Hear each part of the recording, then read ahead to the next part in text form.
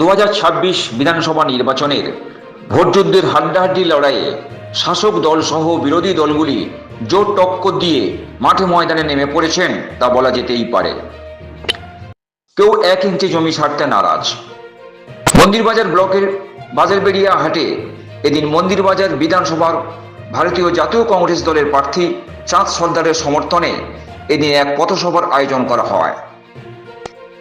এদিন এই পথসভায় বিভিন্ন বক্তারা এদিন কেন্দ্রের বিজেপি সরকার ও রাজ্যের তৃণমূল দলকে তুলোধনা করতে দেখা যায়। এদিন এই পথসভায় বিভিন্ন এলাকা থেকে বহু কংগ্রেস কর্মী উপস্থিত ছিলেন। এরপর মন্দিরবাজার বিধানসভার কংগ্রেস দলের প্রার্থী চাঁদ সর্দার আমাদেরকে ঠিক কি জানালেন তা আপনাদের শোনাবো। বিভিন্ন এলাকায় আপনি পথসভা করছেন, মানুষের কি বার্তা দিচ্ছেন?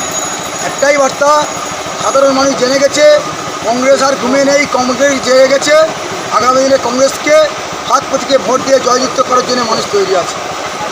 আপনারা মিডিয়া বন্ধুরা দেখছেন তো প্রতিটা পদক্ষেপে কংগ্রেসকে কতটা দুর্বল করার চেষ্টা করছে, কিন্তু কংগ্রেসের কর্মী যা দুর্বল নয় এটা শাসক দল জেনে গেছে।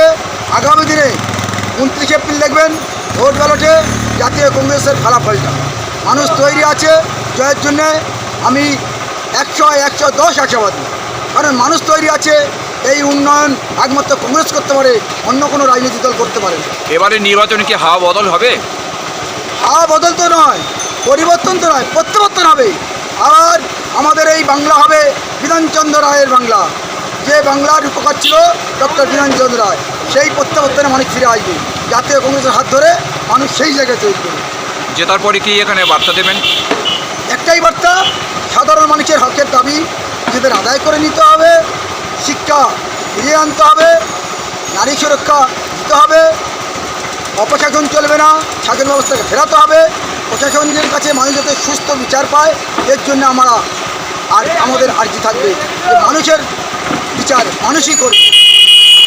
আপনার নাম আর রেজিস্ট্রেশন? আমার নাম চাঁদ সর্দার, 135 নম্বর বিধানসভা, মন্দিরবাজার বিধানসভা, জাতীয় কংগ্রেসের প্রার্থী। মন্দিরবাজারের বাজারবেড়িয়া থেকে ক্যামেরায় সুজিত মণ্ডলের সঙ্গে ভোলানাথ হালদারের রিপোর্ট, নাও টাইম নিউজ।